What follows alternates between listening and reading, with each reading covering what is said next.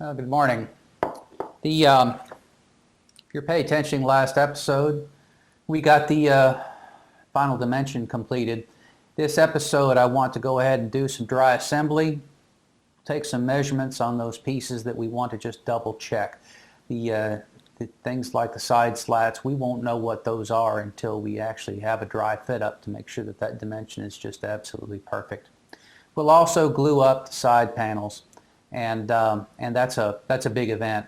All this gluing though will set us either for a short day or a long day, but it will be a day.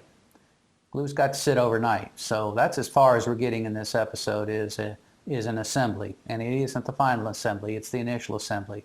After this we'll do some finishing work, and then and that will take some time, and we won't even pretend that's done in a day. Final assembly will be in a day. So stick with us. I'm getting ready to head out. I've had my first cup already, and we'll get started.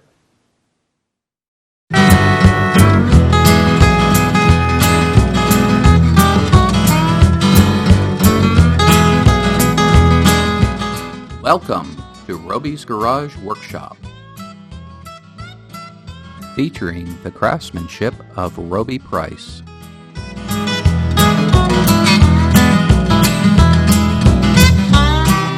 Wine Rack End Table, Part 4, Finishing.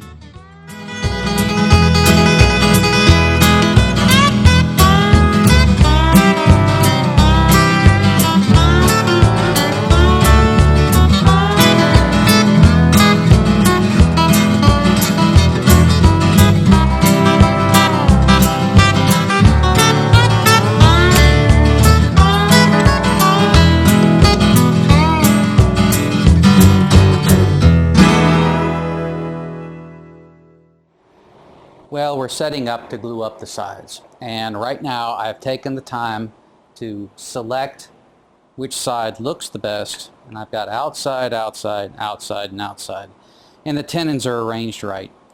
This is the first step. I'm going to glue these into these mortises first, and then I'll come back and put the legs on after a while. These don't need a long time to cook, but I do want them to get set up a little bit before I come back and do the legs.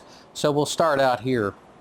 Now my mortises are quite a bit, full quarter inch deeper than my tenons, and that will help with glue out, squeeze out, so that I don't have an issue with that.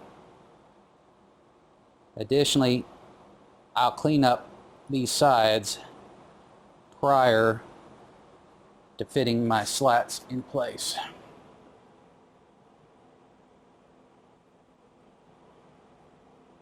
And I'll simply do that with a little bit of sandpaper after I take the glue and coat the sides of the mortises. I will not put anything on the tenons.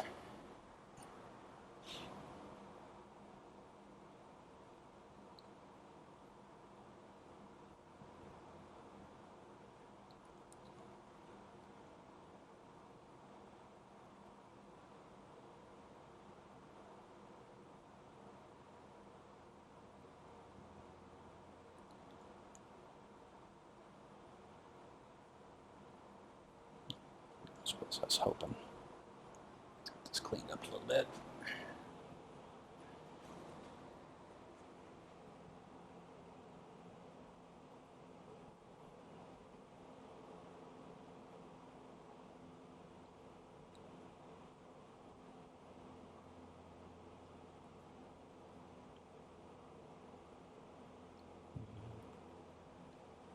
Too much there.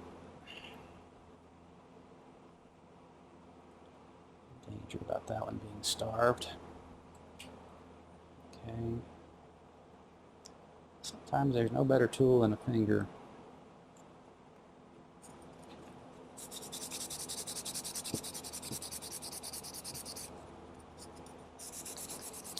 Now, I will never be able to get in here and sand this again.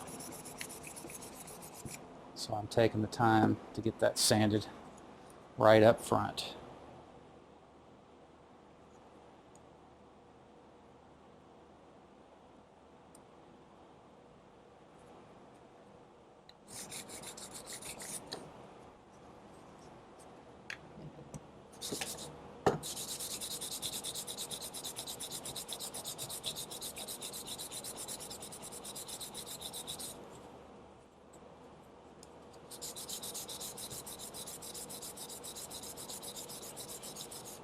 Okay, that should be fine.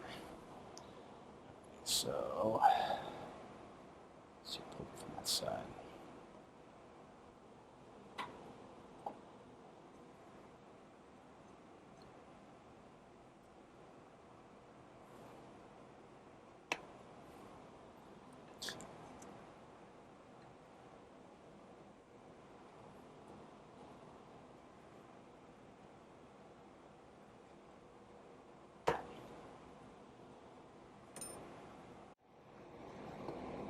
All right, now this is a lot harder than it looks. You got to get one right, and then you've got to line up the rest of them.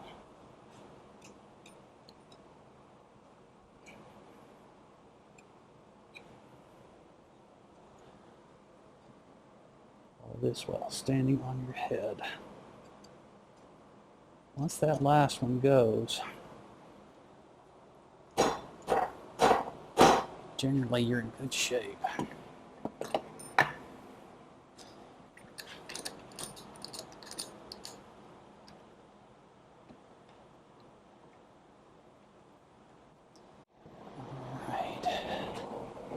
We're all seated everywhere. Good. No need to put an enormous amount of pressure on it. Just want it to get there seated, and this looks really good. All right, we're in the second part of this glue up. What I'm going to do here, I'm going to paint on the glue in the inside 2/3 of these tenons. I'm going to paint these fully. I'm going to flip it over and do the same thing on the other side. I do not want a lot of glue close to this edge. I'm not as worried about squeeze out, although I am worried about squeeze out down here. But I am concerned about getting any kind of glue on this end grain. That's not what I want. I've taken a lot of time to get a nice chamfered edge on this, sand it just smooth because it's going to show on the other side of this joint. And glue will prevent the dye stain from reaching into the end grain, and I don't want that. So we're going to go ahead and start this up. We've got plenty of time. Although it seems like a lot of things to do, it's really not as bad as you think. Now my connections are very tight, but I do want the glue to be wet when I put things in place. So we will be quick about it.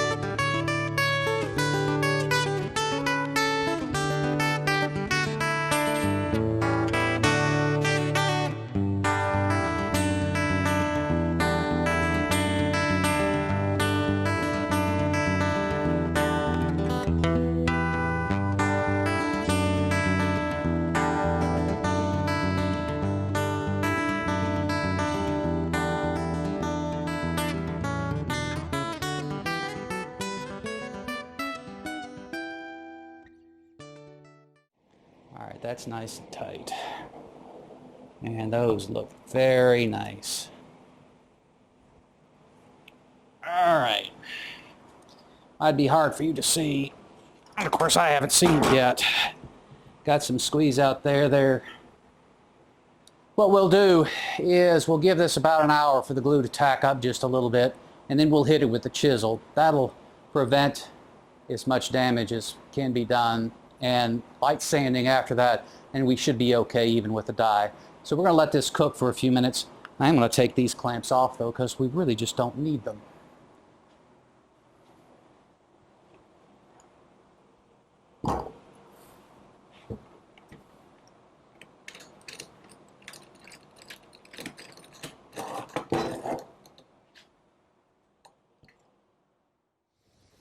Well, I've pulled my two sides out of the clamps and they did well, and I have dry fit the front and back faces. I have set my sticks that hold the wine bottles in place for the first row to start to get a feel for how this all lays out, and so far I think it's looking good. Now, the last time I did this, it was very difficult because I assembled all of this, put all the sticks in place, and then had a center assembly, two side assemblies, and the top. And that's what I did my finish work on. But this center assembly with all the sticks that hold the wine bottles in place is a real difficult piece to finish. It's too close, it's too tight, you can't sand very quickly or very well, and putting on the finish and getting it right is difficult. So this time I am not going to put the sticks in for the wine bottles. I'm going to finish those separately, and I will assemble the whole thing post-finish.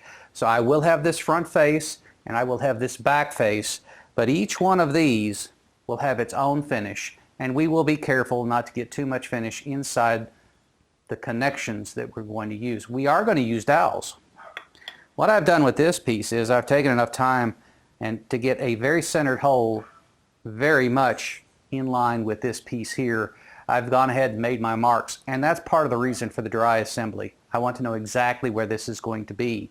So having put these in place here, I have some spacers that actually go in to tell me where the holes need to be on these pieces here, on the side frames, the front and back frames.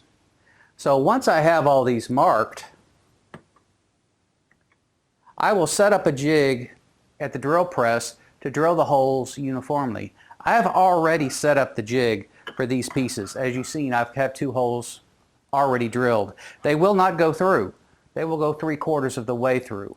And when I put the dowels in, I'm going to be putting the dowels in these sections, and I'll have a 1/2 inch exposed. And I'll merely take the piece and press it onto the dowel with a bit of glue on the dowel to hold it in place. So that's my workflow. And we'll go to the drill press over here where I've got a jig set up, and we'll start drilling these holes. There will be a lot of them. Well, we're at the drill press and our jig is set up and ready to go. I have a 1/4 inch bit in the drill press. There's my stop block, and the fence, of course, is set up in the back. Stop is set on the drill so that it will not go through the table and stops just shy. Placing the piece firmly against the fence and the stop block, we'll drill our first hole. Flipping the piece over and removing some of the sawdust so that we don't get buildup, we'll drill the second hole. And it is as simple as that. Do note that the stop block is chamfered on the bottom in case there is some sawdust buildup. Also, the piece has a point on it. Be sure that you blow away the dust in the corners so that you don't ruin the indexing of the jig. Well, workflow is important in these type operations where you are taking dowels and putting them into wood at precise places is time consuming. So finding the fastest way to do it is always of interest to me. I've taken a small jig, and you can see that it fits right over the top here. And what I'll do, I'll go through the steps on doing one of these. This is a through dowel, so it's on both sides. The other one's same technique, we just cut it off a little short. But what I'll do, and this is the best way I found it because I can't seem to find a way to pound these in. I'll take a dowel, I'll put it in my drill,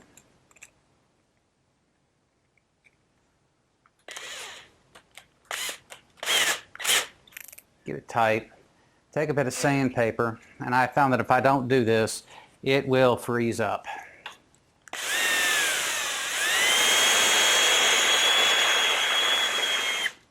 Now, try to get a little bit of a starter there. I put that over here, then I take some glue. I just put a dab right there.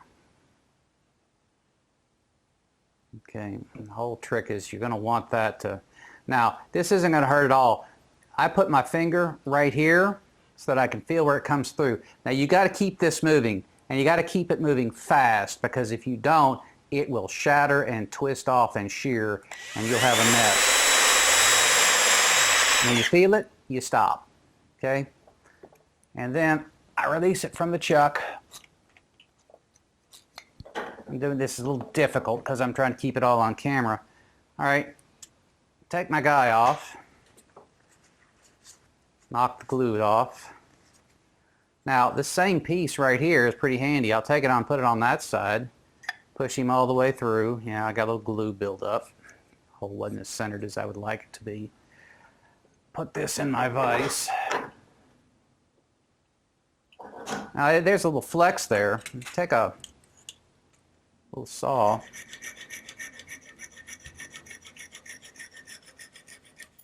There you go. Little sanding, and you're cleaned up and ready to go. This one is always the right. This one kind of depends on how good your finger is. Well, good morning. This project has taken a little longer than expected, and there are reasons for that, and I'll show you why at the end of the video. What we did last night, we assembled the front and back faces. You saw me putting in the dowels. I have test fitted some of the sticks to support the wine bottles. I haven't driven them all the way home, but I have tested them, and the fit up is good. This is a very critical dimension. You pretty much have to get it right, otherwise you're going to meet with a lot of resistance. So if you're not confident in your measuring or assembly skills, then this might not be the way that you want to do it. Now what I'm going to do is break everything out of the clamps. I have 4 pieces shown here, plus the top, the 2 sides, 1, 2, the front bends, a myriad of sticks, and the top. Top is over there. We're going to take this out, take this apart, and get it ready for dye. One of the problems I've got right now is, although these faces are sanded very nicely, they're too sharp. The finish will not take on an infinitely sharp corner. It'll crack up and break up, and this is an area where you can actually lose finish, or it can fail there. So we're going to take it, we're going to knock down these corners.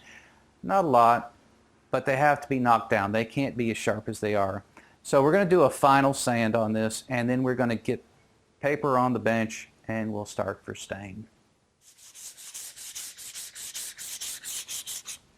You know, for sanding like this, I like to take my old discs and use them, get that last little bit of life out of them. I have a tendency to change them out maybe a little more often than I should. So there's plenty of sand still on them. And I am told that sandpaper is one of the biggest expenses you have in a shop. Since I'm just a one-man show, I don't know that yet, but this works fine for me.